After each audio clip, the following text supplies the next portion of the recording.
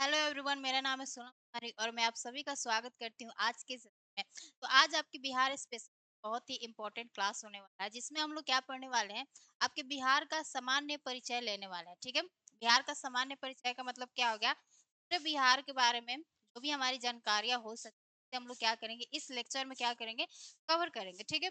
ये आपके सभी एग्जाम के लिए, यानी बिहार का कोई भी एग्जाम हो जाता है, उन सभी के लिए क्या है, आपका इम्पोर्टेंट हो जाता है। ठीक है। तो देखिए, अब हम लोग क्या करते हैं, अपने सेशन को स्टार्ट करते हैं और थोड़ा सा बिहार के बारे में समझना चालू करते हैं। ठीक है। तो देखिए, अब हम लोग क्या समझते हैं, बिहार के थोड़ा सा मैप को समझते हैं कि बिहार एक स्वतंत्र राज्य कब बनता है। तो जब हम लोग बिहार की वर्तमान स्थिति को समझना चाहते हैं, तो बिहार की वर्तमान स्थिति को समझने से पहले बिहार के अतीत को समझना क्या हो जाता है, थोड़ा सा जरूरी हो जाता है। ठीक है। तो देखिए, आज जो ये आपको झारखंड, उड़ीसा और आपको पश्चिम बंगाल और बांग्लादेश और ये बिहार आपको दिख रहा है, ये पहले एक ही प्रांत हुआ करता था, जिसका नाम क्या था, बंगाल प्रोविंस। ठीक है। अब ये बंगाल प्रोविंस, आपने सुना होगा अंग्रेजों के समय पे हमारे यहाँ पे तीन प्रोविंस हुआ था। एक आपका मद्रास प्रोविंस, दूसरा आपका बॉम्बे प्रोविंस और तीसरा आपका बंगाल प्रोविंस हुआ करता था। यानी अंग्रेजों के समय पे तीन प्रांत हुआ करते थे, जो समय पे क्या थे, महत्वपूर्ण हुआ करते थे। उसी में से एक हमारा क्या था, बंगाल प्रांत था। बंगाल प्रांत में कौन कौन से राज्य आते थे आपके, वर्तमान भी मतलब भारत के, उड़ीसा आता था, झारखंड आता था, आपका पश्चिम बंगाल आता था, बांग्लादेश आता था और आपका ये वेस्ट बंगाल, पश्चिम बंगाल मैंने बोला ही। ठीक है। तो ये सभी मिलकर क्या करते थे, एक बंगाल प्रांत का निर्माण करते थे। और वही उस समय पे क्या हुआ करता था, हमारा पहले बिहार भी क्या हुआ करता था, बंगाल ही हुआ करता था। ठीक है। आज के बिहारी सभी पहले बंगाली हुआ करते थे। तो हुआ क्या, अब थोड़ा सा इस बंगाल प्रांत का क्या कर लेते हैं, हम लोग महत्व जान लेते हैं। ठीक है। यानी यहाँ पे आपने क्या देख लिया कि ये जो इतना बड़ा एरिया आपको दिख रहा है, ये पहले क्या हुआ करता था, बंगाल हुआ करता था, जिसको बंगाल प्रांत बोलते थे। आप लोगों ने इसमें देखा कि हमारा बिहार, झारखंड, उड़ीसा, पश्चिम बंगाल, बांग्लादेश सभी इसमें आ रहे हैं। ठीक है। तो अब थोड़ा सा बंगाल प्रांत के महत्व को समझना होगा। देखिए, बंगाल प्रांत के आपके तीन महत्व, पहला महत्व क्या था, एक तो इसका आर्थिक महत्व था, दूसरा महत्व क्या था, इसकी प्रशासनिक महत्व भी था, और तीसरा महत्व क्या था कि हमने आजादी के समय पे अपने जितने भी राष्ट्रीय आंदोलन रहा है, उस राष्ट्रीय आंदोलन में बंगाल के लोगों का बहुत ज्यादा क्या रहा है, योगदान रहा है। ठीक है। तो अब जो हमने तीन आपको बातें बताया, जो कि बंगाल प्रांत का क्या है, विशेषता है, उसे समझ लेते हैं। पहला हमने आपको बात क्या बताया कि इसका आर्थिक महत्व क्या है। आर्थिक महत्व मैंने इसको क्यों बताया, क्योंकि देखिए, बंगाल आपका समुद्र के किनारे, मतलब क्या करता था, सीमा साझा करता था। तो यहाँ पर बंगाल से क्या होता था, फॉरेन ट्रेड, यानी विदेशों से व्यापार होता था। वाला आर्थिक महत्व दो, ये हो गया। और इसका प्रशासनिक महत्व क्या था, प्रशासनिक महत्व इसलिए था क्योंकि उस समय पे बंगाल की राजधानी कोलकाता हुआ करती थी। कोलकाता पूरे भारत की क्या हुआ करती थी, राजधानी हुआ, तो इसलिए इसका प्रशासनिक महत्व भी हो जाता था। और तीसरा हमने क्या बताया कि जितने भी हमारे राष्ट्रीय आंदोलन हुए, उसमें बंगाल के लोगों का जो योगदान है वो ज्यादा रहा है। जैसे आपने पत्र पत्रिकाओं का प्रकाशन का नाम सुना होगा, तो वो ज्यादातर बंगाल के लोग द्वारा ही किया। ठीक है। तो ये तीन हमने महत्व को जान लिया आपके बंगाल प्रांत के। ठीक है। तो अब ये तो हमारा बंगाल प्रांत हो गया। अब हमें समझना है कि इस बंगाल प्रांत से बिहार को कब अलग कर दिया जाता है। तो ये जो आपका बिहार है, बिहार का तीन बार विभाजन किया जाता है। एक बार आपके 1912 में, दूसरा 1936 में, तीसरा 2000 में। ठीक है। तो देखिए, अभी आपको बंगाल प्रांत समझ में आ गया, इसका महत्व क्या था, सारी बातें हमने बता दिया। ठीक है। अब ज्यादा नहीं बताएंगे, नहीं तो हिस्ट्री का वो पार्ट हो जाएगा। तो देखिए, 1912 में क्या होता है, आपके बिहार को क्या कर दिया जाता है, बंगाल प्रांत से अलग कर दिया जाता है। यानी जो हमारा यहाँ पे देखिए, मान लीजिए ये हमारा क्या हो जाता है, आपका इंडिया का मैप हो जाता है। ठीक है। तो हमने क्या कहा कि आपके 1912 में क्या कर दिया जाता है, तो जो हमारा, ये पहले हमारा क्या हुआ करता था, ये पूरा हमारा क्या हुआ करता था, मैम बंगाल प्रांत हुआ करता था। बंगाल प्रांत हुआ करता था। तो 1912 में क्या कर दिया जाता है, 1912 में आपके बिहार को क्या कर दिया जाता है, इस बंगाल प्रांत से क्या कर दिया जाता है, अलग कर दिया जाता है। 1912 में हमारा बंगाल प्रांत से बिहार तो अलग हो जाता है, लेकिन बिहार में अभी भी क्या है, तो आपका झारखंड और उड़ीसा क्या है, अभी भी हमारे बिहार की ही क्या है, पार्ट है। यानी अब 1912 में आपको दो मतलब स्थितियां देखने को मिलेगी। एक तो आपको यहाँ पर बंगाल प्रांत देखने को मिलेगा, और यहाँ पे आपको इस वाले रीजन में बिहार राज्य देखने को, ठीक है। अभी भी बंगाल प्रांत में आपका आज का पश्चिम बंगाल और आज का बांग्लादेश उस बंगाल प्रांत होने लगा। और 1912 में ये जो आपका बिहार है वो इस बंगाल प्रांत से अलग हो जाता है। और इस बिहार में अभी भी जो झारखंड है और उड़ीसा है ये क्या थे, अभी भी थे। तो जब हमारा बिहार क्या हो जाता है, आपके बंगाल प्रांत से अलग हो जाता है, तो अब सबसे बड़ी समस्या हमारे पास आती है कि अब बिहार की राजधानी क्या बनाया जाए, ठीक है। क्या भाई, हम लोग अलग तो हो गए 1912 में, यानी यहाँ पे आपसे क्या बताया गया है कि बिहार की स्थापना कब होती है, तो 22 मार्च 1912 को क्या होता है, बिहार की स्थापना होती है। यानी जो हमारा बिहार है वो बंगाल प्रांत से कब अलग होता है, तो 22 मार्च 1912 को अलग हो जाता है, ठीक है। तो अब हमने क्या कहा, बिहार अलग तो हो गया मैम बंगाल प्रांत से। अब हमारे पास सबसे बड़ी समस्या क्या निकल के आती है कि बिहार की राजधानी क्या बनाया जाए। तो बिहार की राजधानी बनाने के लिए जो लोग थे वो बोल रहे थे कटक को बना दिया जाए या कलिंगा को बना दिया जाए, क्योंकि जो कटक है उड़ीसा का क्या है, शहर है एक, और उस समय पे उड़ीसा और झारखंड भी क्या हुआ करते थे, बिहार का ही भाग हुआ करते। लेकिन जो हमारे दरभंगा के राजा थे, दरभंगा के एक बहुत ही हमारे महान राजा थे जो धनवान भी थे, तो उनका कहना था कि हमारे बिहार की राजधानी ऐसे जगह पे बनाना चाहिए, एक तो वो हमारे बिहार के केंद्र में हो, और उसका दूसरा क्या होना चाहिए, कुछ ऐतिहासिक महत्व होना चाहिए, यानी पहला सेंटर में हो और दूसरा उसका कुछ हिस्टोरिकल इंपॉर्टेंस हो, ठीक है। तो इन दोनों बातों को जब देखा गया तो उसमें हमारा एक निकल के आता है पाटलिपुत्र, जिससे कहा जाता है, ठीक है। तो पाटलिपुत्र आपके मगध की क्या हुआ करती थी, राजधानी हुआ करती थी। और पाटलिपुत्र की अगर मैं बात करूं तो आपके बिहार के मतलब सेंटर में ही है, ठीक है। तो उस समय पे क्या किया जाता है, दरभंगा के राजा द्वारा पटना में, अभी आज वर्तमान में जो आप कुछ प्रशासनिक इकाइयां सचिवालय वगैरह देखते हैं, तो दरभंगा के राजा द्वारा खरीदा जाता है और वहां पर क्या की जाती है, प्रशासनिक इकाइयां बनाई जाती है, ठीक है। तो फिर हमारे बिहार की राजधानी क्या कर दिया जाता है, पाटलिपुत्र को बना दिया जाता है। लेकिन अभी भी हमारे बिहार में क्या है, उड़ीसा और झारखंड क्या है, शामिल है, ठीक है। अब इतना तो आपको पता चल गया कि मैम हमारे बिहार की स्थापना कब होती है, तो सभी को क्या बताना है, 22 मार्च 1912। 22 मार्च 1912 क्यों? क्योंकि 22 मार्च 1912 को ही हमारा बंगाल प्रांत से बिहार क्या हो जाता है, एक स्वतंत्र राज्य बन जाता है। और उस स्वतंत्र राज्य में हमारा झारखंड और उड़ीसा अभी भी शामिल है, ठीक है। मैम स्थापना तो हम लोगों ने जान लिया। फिर हमने क्या कहा कि आपके बंगाल से बिहार का विभाजन 1912 में यहाँ पे हम लोग देखा। फिर आपको हमने बताया कि आपके बिहार राज्य का 3 बार विभाजन हुआ है। बिहार राज्य का 3 बार विभाजन हुआ है। तो एक बार हम लोगों ने 1912 देख लिया, जो कि हम लोग देख कर आ चुके हैं, ठीक है। फिर हमने क्या कहा कि जब हमारा बिहार अलग हो गया तो उड़ीसा अभी भी भाग था। तो आपके 1935 के भारत शासन अधिनियम के तहत 1936 में क्या कर दिया जाता है, आपके उड़ीसा को भी क्या कर दिया जाता है, बिहार से अलग कर दिया जाता है, ठीक है। तो एक बार हमने देखा 1912, दूसरा हमने 1936 देखा। 1936 में आपके बिहार से उड़ीसा को क्या कर दिया जाता है, भगा दिया जाता है, भगाया नहीं जाता है, अलग कर दिया जाता है, ठीक है। फिर हमारा आता है झारखंड। अब झारखंड हमारा बिहार में बच जाता है। और आपको पता है कि जब हमारा आजाद भारत भारत आजाद हुआ था, तो भारत में सबसे पहले इंडस्ट्री लगना बिहार में ही चालू हुआ था। मैम बिहार में कैसे, क्योंकि उस समय पे झारखंड क्या हुआ करता था, बिहार का भाग हुआ करता था। तो आपके झारखंड में ही क्या है, आपको पता है कि कोयला वहां पे बहुत अच्छी है और लौह अयस्क भी मिलता है। तो जहाँ पर मिनरल्स होंगे वहीं पे इंडस्ट्रीज क्या किया जाता है, बैठाया जाता है। तो आपके झारखंड में ही स्वतंत्र भारत में पहली बार इंडस्ट्री लगना स्टार्ट होता है। और फिर झारखंड क्या करने लगता है, अलग होने की डिमांड करने लगता है, क्योंकि उसका कहना था कि सरकार हम पर ज्यादा ध्यान नहीं दे रही है, हमारे का ज्यादा विकास नहीं हो रहा है, ठीक है। तो 2000 में क्या होता है, 3 राज्यों का विभाजन होता है।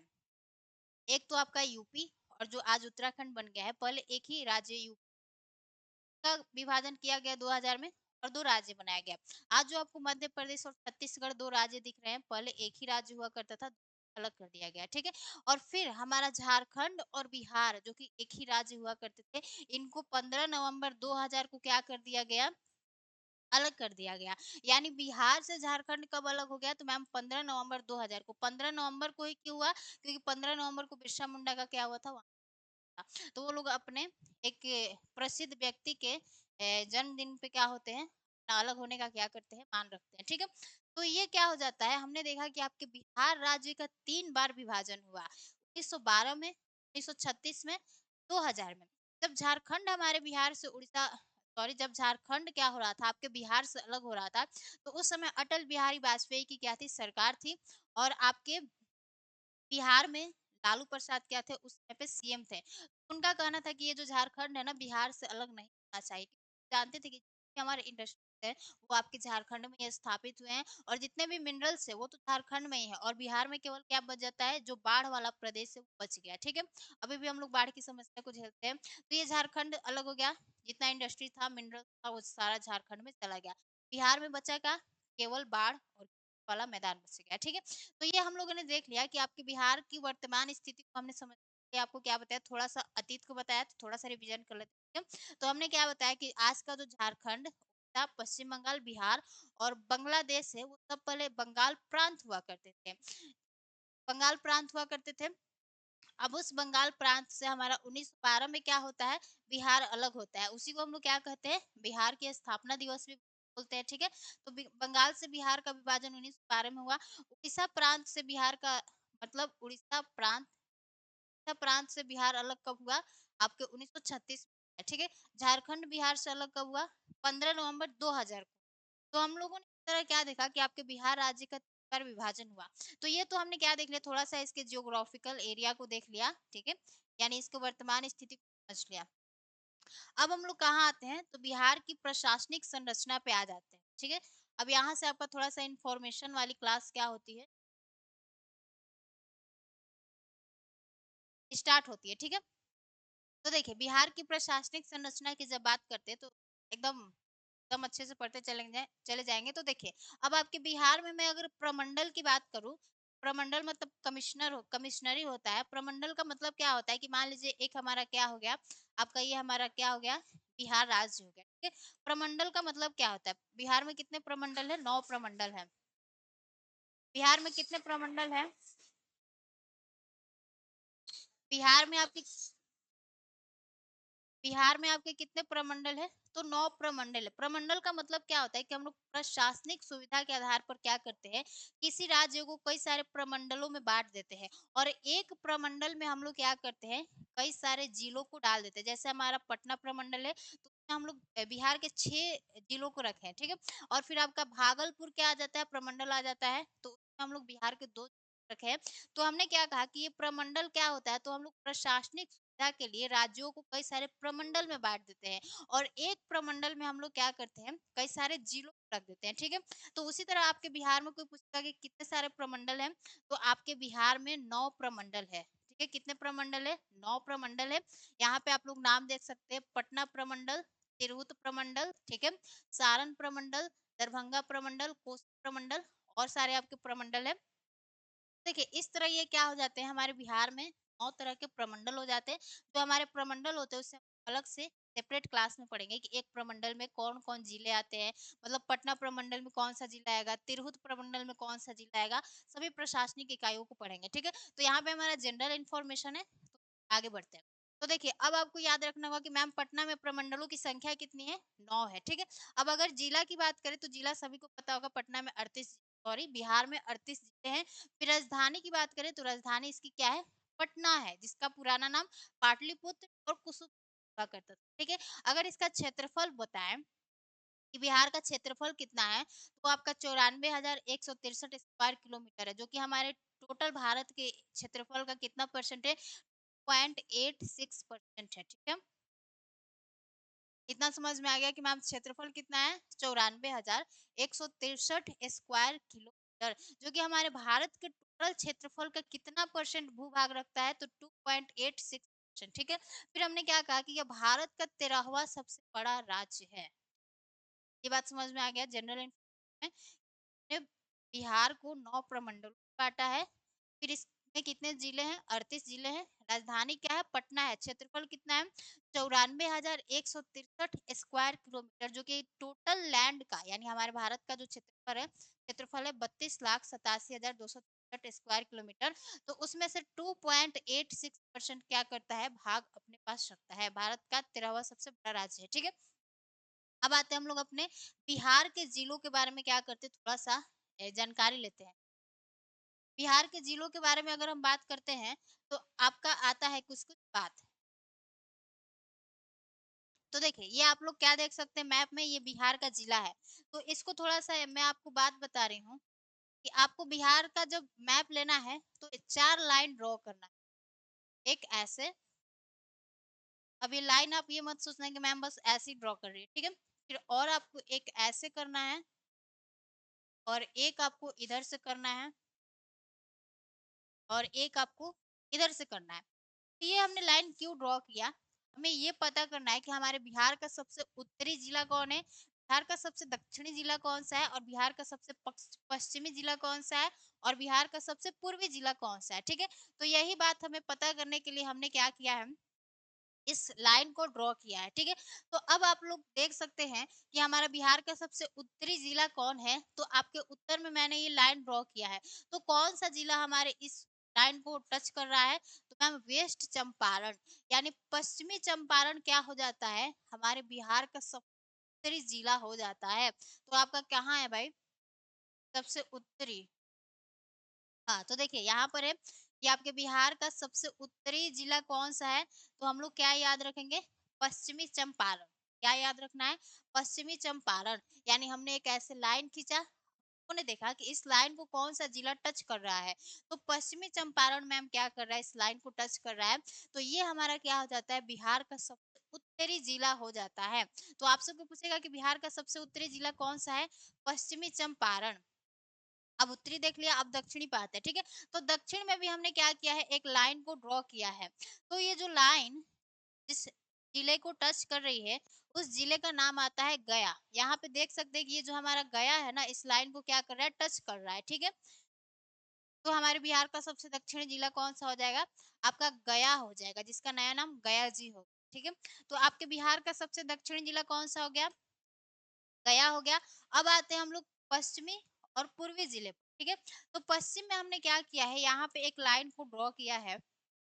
पश्चिम में हम लोग यहाँ पर एक लाइन को ड्रॉ किए हैं।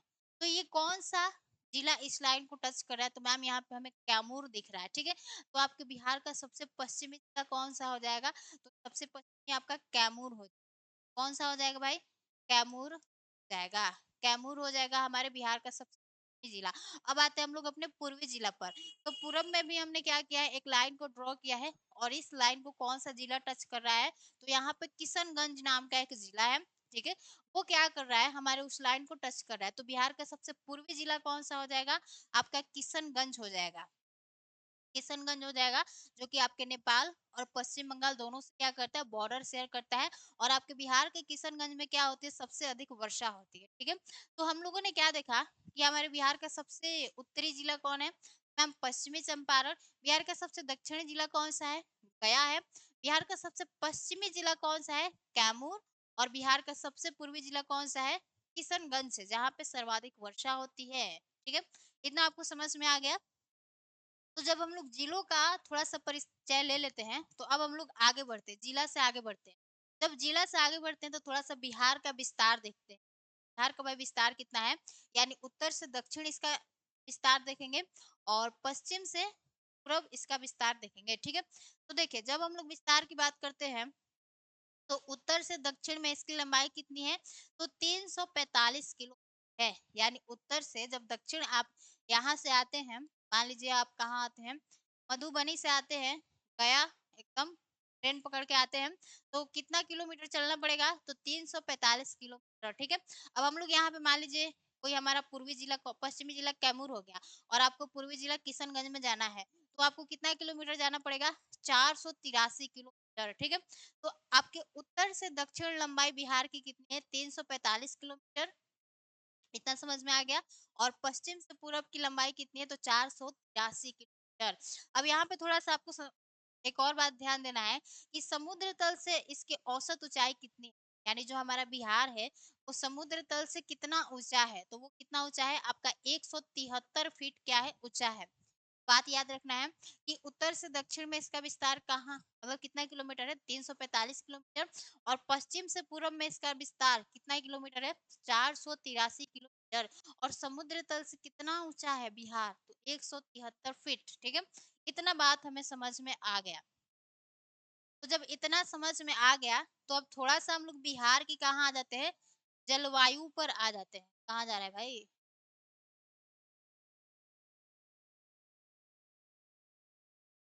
बिहार के कहाँ आ जाते हैं, जलवायु पर आ जाते हैं, ठीक है।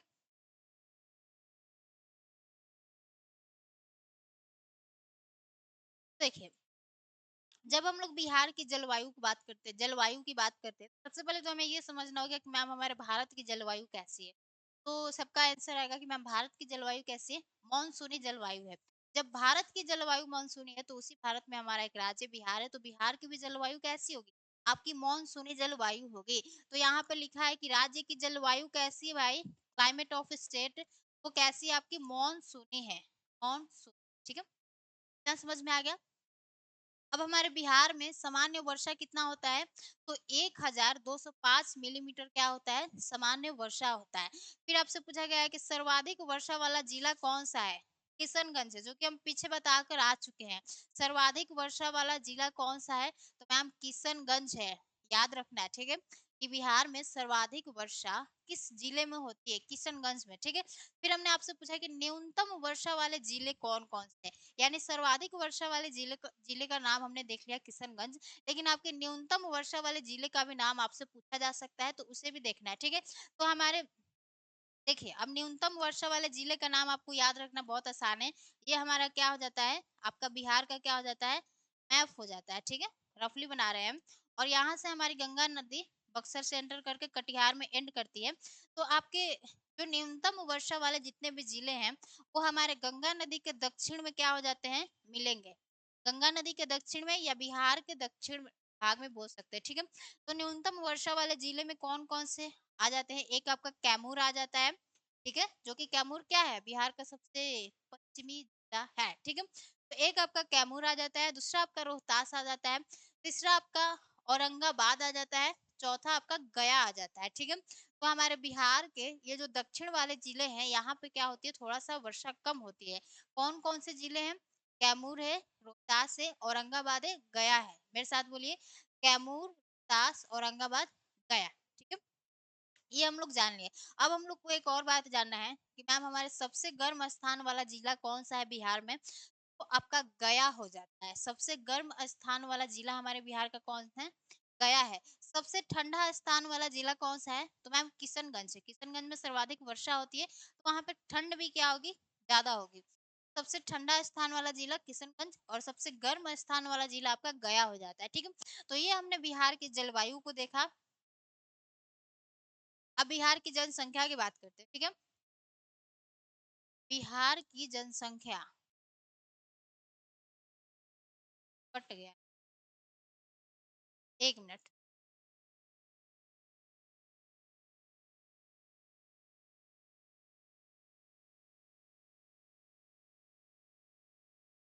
ठीक है, तो देखिए, जब बिहार की जनसंख्या की बात करते हैं, तो इसकी अगर जनसंख्या बात करें, तो वो आपका लगभग 11 करोड़ हो जाता है। और जनसंख्या घनत्व की बात करें, तो 1106 प्रति वर्ग किलोमीटर क्या हो जाता है, इसका जनसंख्या घनत्व हो जाता है। अब हम लोग जो बिहार के लोग हैं, वो जनसंख्या बढ़ाने में बहुत ज्यादा मेहनत करते हैं, ठीक है।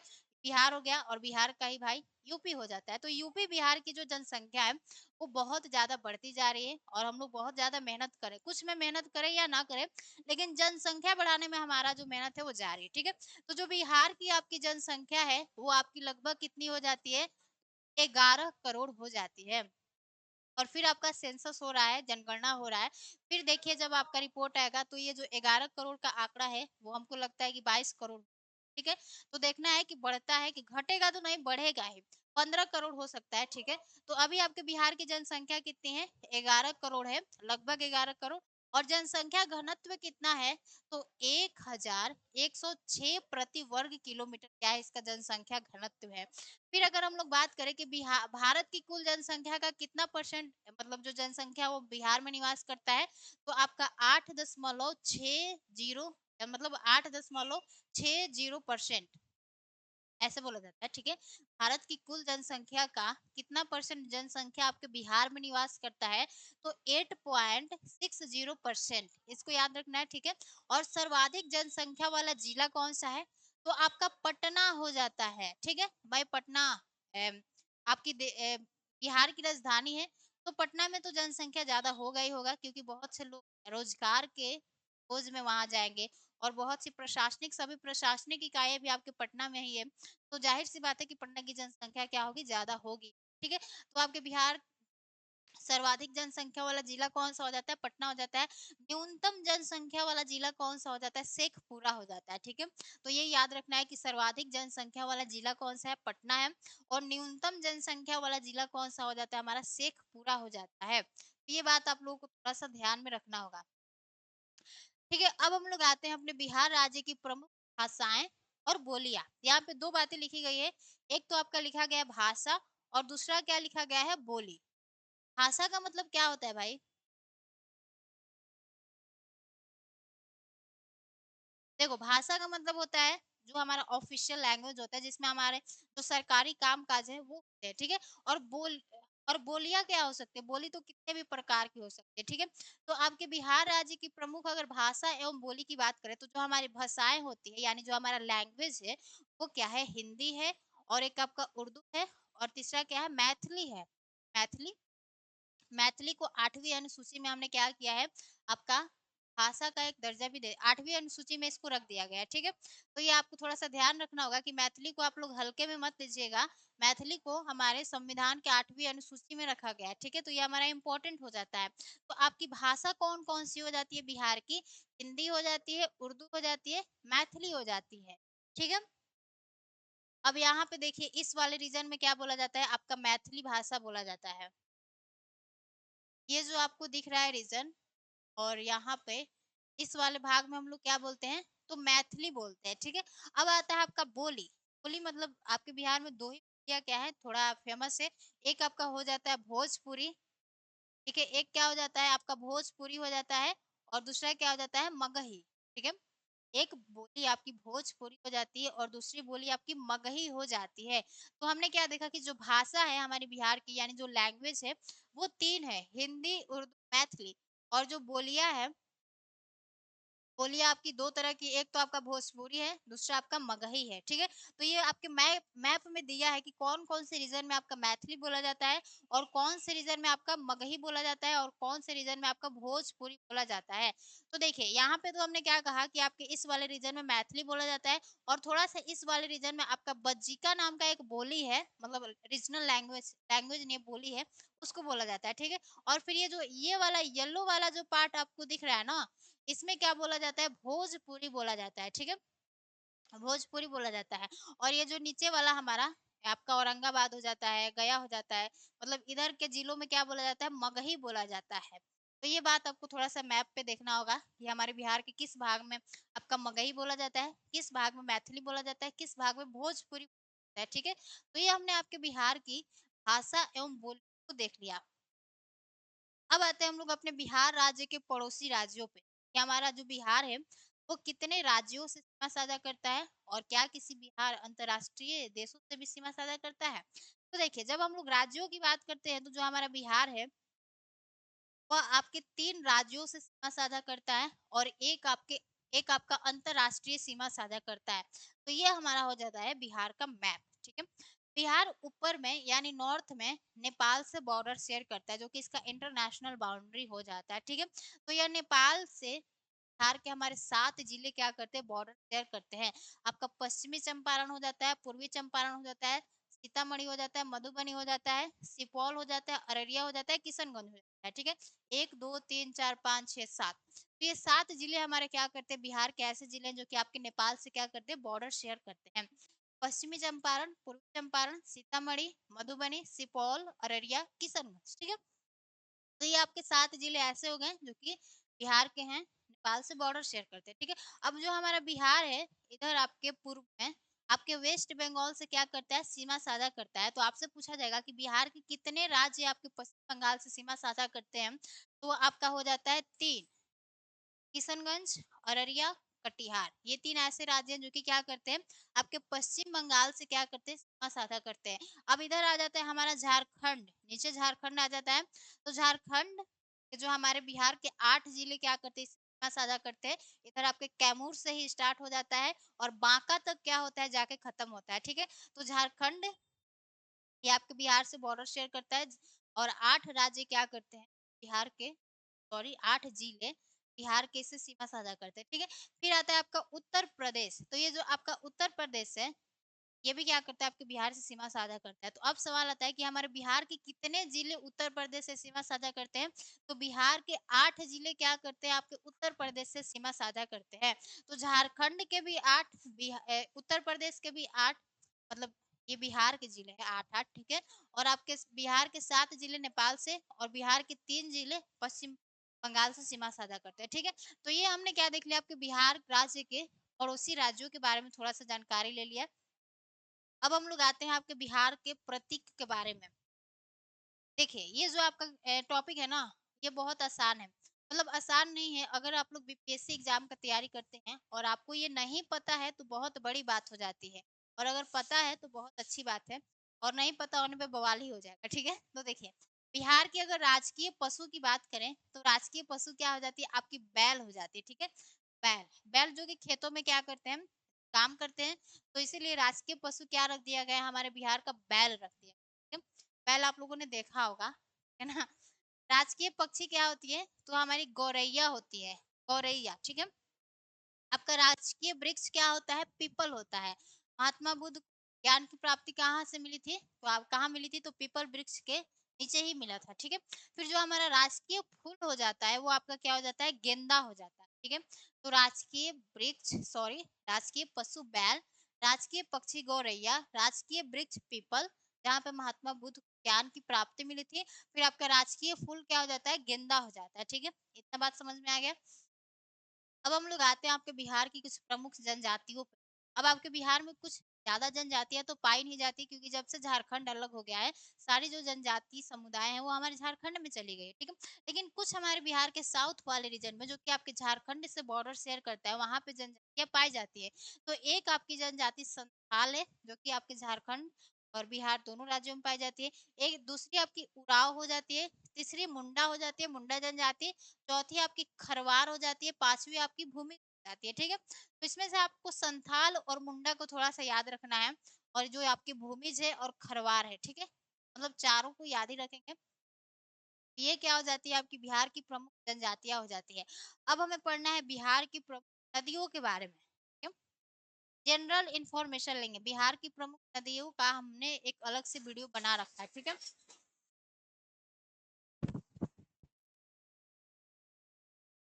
तो ये क्या हो जाती है, आपकी बिहार की प्रमुख नदी,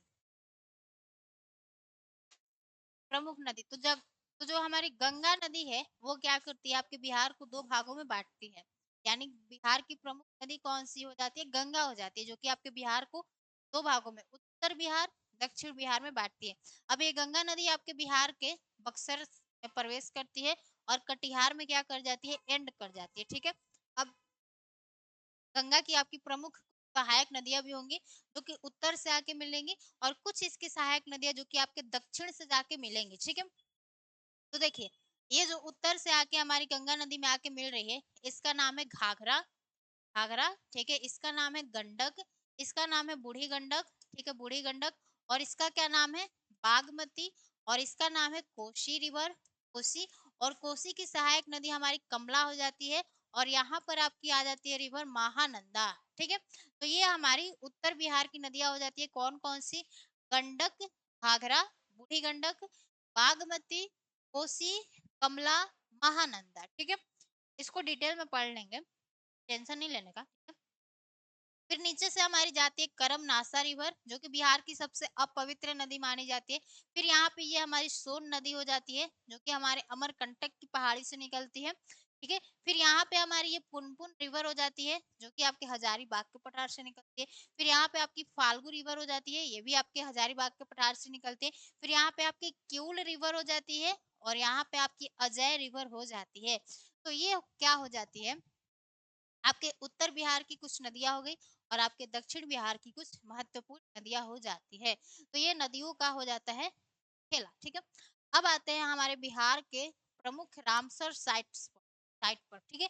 तो आपके बिहार में 3 प्रमुख रामसर साइट है। एक तो आपका नागी अभयारण्य है, दूसरा नकटी अभयारण्य है और तीसरा आपका कांवर झील है। कांवर झील कैसा झील है? ऑक्सबो लेक है। ऑक्सबो लेक का फॉर्मेशन कैसे होता है? आप लोग देख लीजिएगा जाके, हमने पढ़ा रखा है, ठीक है? ये तो हो गई। तो ये हमारा क्या होता है, आपका जो बिहार का सामान्य परिचय था वो होता है कंप्लीट, जिसमें हमने क्या कर लिया, जितनी भी जनरल इंफॉर्मेशन था बिहार के बारे में उसे ले लिया, ठीक है? तो ये कैसा लगा सेशन, आपको बताना होगा कमेंट सेक्शन में। जितनी भी बातें मैंने आपको बताया है थोड़ा सा इसको अच्छे से सुनना है और ध्यान से थोड़ा सा समझना है, ठीक है? तो आज के लिए बस इतना ही रखते हैं, तब तक के लिए सभी को जय हिंद और मिलते हैं अगले क्लास में।